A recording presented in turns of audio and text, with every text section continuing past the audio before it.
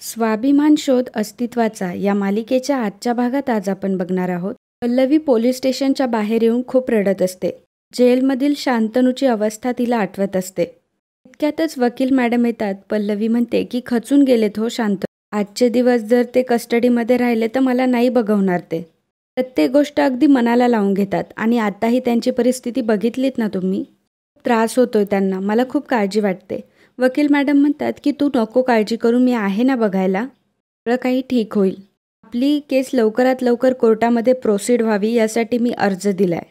मला असं वाटते की कोर्ट नक्की मान्य करेल. मी विचारते की पण मॅडम यापुढे आता नक्की काय करायचं आहे. वकील मॅडम म्हणतात की मला तुला तेच विचारायचं होतं की ती मुलगी शांतनूवर डायरेक्ट आरोप करतीये. आपल्याला काहीतरी ठोस पुरावे गोळा करावे लागतील तरच आपली केस स्ट्रॉंग होईल.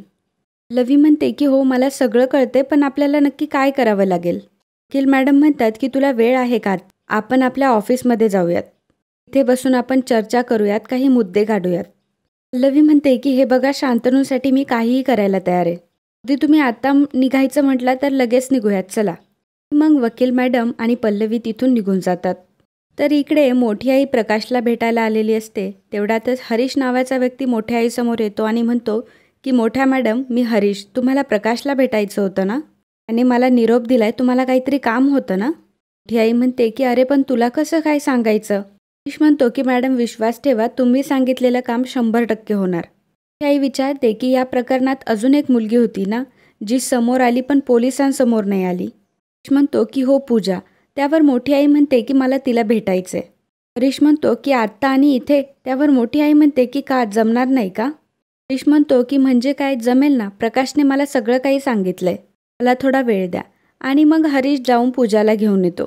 ती आई पूजाला म्हणते की पूजा, बरं झालं तू आलीस. माझं एक महत्त्वाचं काम होतं तुझ्याकडे. तू ओळखतेस ना मला. मग मला सांग त्या दिवशी नक्की काय झालं.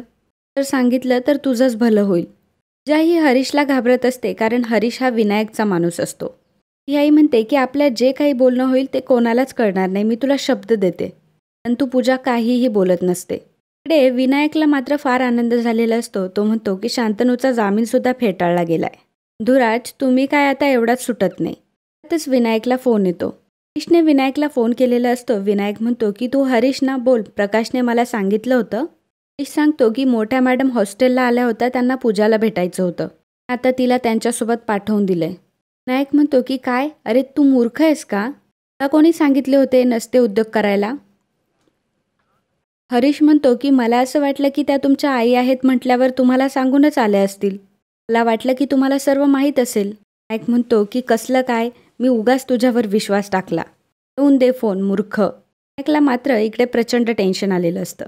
इकडे मोठी आई पूजाला घेऊन आलेली असते. मोठी आई पूजाला म्हणते की तू जर मला मदत केली ना तर काळजीचं काही कारणच उरणार नाही. नायक मोठ्या आईला फोन करत असतो. आई फोन कट करून टाकते. मोठी आई मनात म्हणते की तू कशासाठी फोन करतोयस हे माहिती आहे मला विनायक, पण मला आता तुझ्याशी काहीही बोलायचं नाहीये. असं म्हणून मोठी आई फोन ऑफ करून ठेवते. इकडे विनायक म्हणत असतो की आईचं नक्की काय चाललंय, ही मला अडकवेल एखाद्या दिवशी. पुन्हा मोठ्या आईला फोन करतो, परंतु तेव्हा मोठ्या आईचा फोन स्विच ऑफ येत असतो. इकडे मोठी आई पूजाला घेऊन वकिलांच्या ऑफिसमध्ये आलेली असते. वकील मॅडमला बघून पूजा खूपच घाबरते. लवी पूजाला म्हणते की तू अजिबात घाबरू नको, तू बस इथे. लवी पूजाला पाणी देते. लवी म्हणते की पूजा, अगं कसलंच टेन्शन घेऊ नको आणि मोठ्या मॅडम तुला इथे घेऊन आल्यात ते तुझ्याच भल्यासाठी. सूर्यवंशींची सून किंवा शांतनूची बायको म्हणून माझा विचार करू नकोस. पूजा मला सांग, सोनाली तुझी मैत्रीण आहे ना गं? तर इकडे विनायक मोठ्या काकांच्या रूममध्ये येतो. तेव्हा मोठे काका कानामध्ये इयरफोन्स घालून गाणे ऐकत असतात. विनायक मोठ्या काकांना विचारतो की आई कुठे गेली आहे. त्यावर मोठे काका सांगतात की ती शांतनूचा वकील आहे ना, त्याच्या ऑफिसमध्ये गेली आहे. विनायक म्हणतो की आईला काय गरज आहे वकिलांकडे जायची. मी एक काम करा, त्या मॅडमच्या ऑफिसचा मला पत्ता सेंड करा. लगेच तिकडं जायचं आहे. काय गोंधळ घालून ठेवलाय ना हिने माहीत नाही. एकतर फोन स्विच ऑफ करून ठेवलाय. काका विचारतात की काय झालंय काय नक्की. त्यावर विनायक म्हणतो की मी तुम्हाला सविस्तर हे सगळं काही सांगतो. आता जी कोणी वकील आहे ना, तिचा मला पत्ता सेंड करा. ते काका म्हणतात की बरं, पाठवतो. इकडे पल्लवी पूजाला विचारत असते की सोनालीने नक्की कॉलेजला जाताना काय सांगितलं होतं. म्हणते की कॉलेजला जाऊयात असंच म्हणाली होती ती. वकील मॅडम विचारतात की पण शांतनू सरांना भेटायला जायचंय असं काही म्हणाली होती का ती? काही म्हणते की अगं असं घाबरू नकोस, सांग. त्यावर पल्लवी म्हणते की तू अजिबात घाबरू नकोस, त्या दिवशी काय झालं होतं ते सगळं सांग. अगं बोल की सोनालीने नक्की काय सांगितलं होतं. पल्लवी वकील मॅडमला म्हणते की मॅडम काय आहे, या सगळ्या तपासात मुलींना काही त्रास होऊ नये असं वाटतं मला. मला सांगा की यांच्यासोबत जी मुलगी होती शिवानी, तिला ताब्यात घेतलं ना पोलिसांनी. तर पूजा खूप घाबरलेली असते म्हणून पल्लवी तिच्याकडून गोष्टी बोलून घेण्यासाठी वकील मॅडमला असं खोटं बोलत असते. पल्लवीने असं बोलल्याबरोबर पूजा लगेच बोलून जाते की अहो तिला पोलीस कसे काय पकडू शकतात, ती तर. पल्लवी विचारते की ती तर काय, नीट सांग तू काय म्हणत होतीस. पूजा म्हणते की काही नाही. पल्लवी म्हणते की हे बघ पूजा, तुला होणारा त्रास कमी करण्याचाच प्रयत्न करतोय आम्ही. म्हणूनच मॅडमकडे घेऊन आले ना तुम्हाला. तू जर काही बोललीस नाही तर आम्ही तुला मदत कशी करणार. पूजा रडत असते. वकील मॅडम सुद्धा म्हणत असतात की पूजा अगं तू अजिबात टेन्शन घेऊ नकोस, आम्ही यातून अगदी सुखरूप बाहेर काढेल. प्लीज तू न घाबरता सगळ्या प्रश्नांची उत्तरं दे. मोठी आई सुद्धा म्हणते की अगं पूजा बोल ना काहीतरी. म्हणते की काय बोलू मी. पल्लवी म्हणते की अगं जे काही घडलंय ते खरं खरं सांग. तस विनायक दारात आलेला असतो. पल्लवी पूजाला म्हणत असते की ह्या सगळ्या प्रकरणात तुझं नाव कुठेच येऊ देणार नाही. मी तुला शब्द देते, वचन देते, तुला काहीच होणार नाही. अजिबात घाबरू नकोस. काय झालंय सांग आम्हाला. म्हणत होतीस तू शिवानीचं. तर पूजा मोठमोठ्याने रडायला सुरुवात करते. म्हणत असते की मला खरंच काही माहीत नाही आहे, मला नका विचारू तुम्ही, मला नाही माहिती. पल्लवी म्हणते की ठीक आहे, तू स्वतःला त्रास करून घेऊ नकोस, शांत हो बरं आधी. त्यातच विनायक तिथे येतो आणि पूजाला म्हणतो की पूजा रिलॅक्स, काहीही काळजी करू नकोस. बघ तू काही टेन्शन घेऊ नकोस, इकडं तुला कोणीच प्रेशराईज करणार नाही. परंतु पल्लवीला विनायकवर डाऊट येतो. पल्लवी विनायकला म्हणते दादा पण तुम्ही इथे कसे काय. विनायक म्हणतो की मी मॅमकडे आलो होतो आपल्या केसबद्दल बोलायला. मी पण इकडेच आहात, बरंच झालं. पल्लवी म्हणते की हो आम्ही बोलतच होतो तिच्याशी. विनायक म्हणतो की हो पण तिच्यावर कोणी प्रेशर टाकायला नको ना. त्या जेव्हा मनापासून वाटेल आणि जेव्हा ती रिलॅक्स असेल तेव्हा ती सगळं काही सांगेल.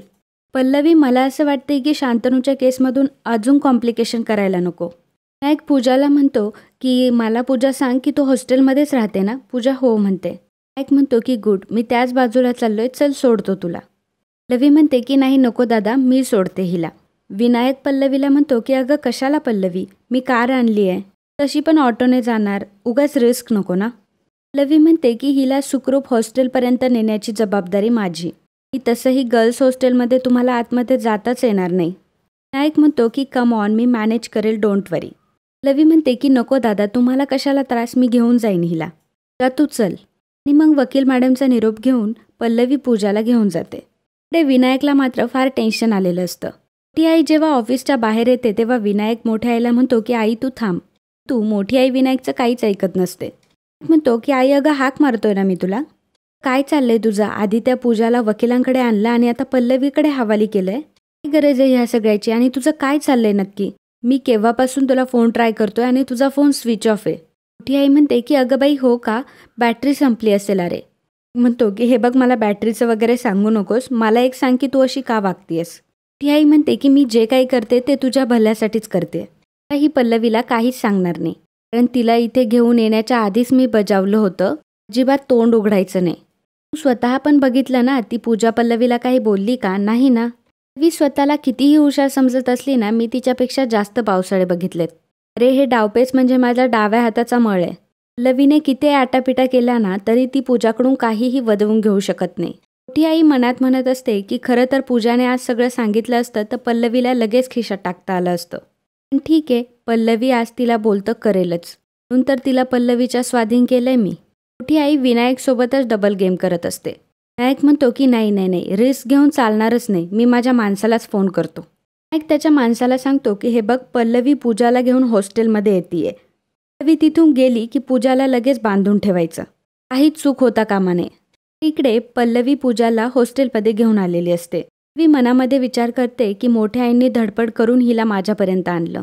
शांतनूच्या सुटकेसाठी मनापासून प्रयत्न करतायत त्या. पल्लवी पूजाचं लक्ष वेधण्यासाठी म्हणते की छान वातावरण आहे ना आपल्या हॉस्टेलचं, सगळ्या फॅसिलिटी पण आहे, शांतता आहे. तुला माहिती आहे ना मी आधी हॉस्टेलवरच राहत होते. ते बघ ती बिल्डिंग आहे ना, तिथे वरती माझी रूम होती. खूप आठवणी आहेत माझ्या हॉस्टेलबद्दल.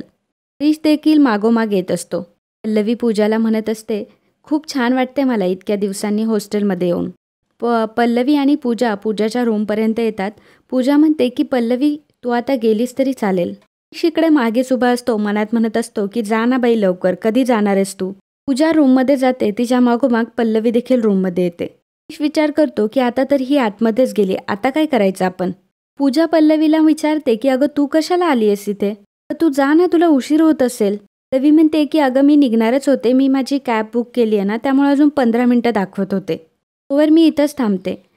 हे बघ पूजा, जे काही घडले त्यामुळे तू घाबरली आहेस आणि हे मला माहिती आहे आणि आम्हाला तुझी सर्व मनस्थिती माहिती आहे.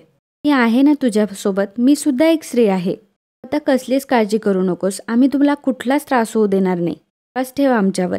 आणि मित्रांनो, आजचा हा भाग इथेच संपतो. पुढील भागात आपल्याला पाहायला मिळणार आहे, पल्लवी पटकन मेसेज वाचून घेते की शांतनू सरांचं काम असल्यामुळे मी निघणारे घरातून बाहेर. त्यावर सोनाली बोललेली असते की अगं पण शांतनू सर एक्स्ट्रा लेक्चर घेत नाहीयेत. त्या जेव्हा बाहेर येते तेव्हा पल्लवी तिच्यासमोर फोन ठेवून म्हणते की आता तूच सांग की हे सर्व काय आहे ते. सर्व चॅटिंग बघून पूजाही खूप घाबरते.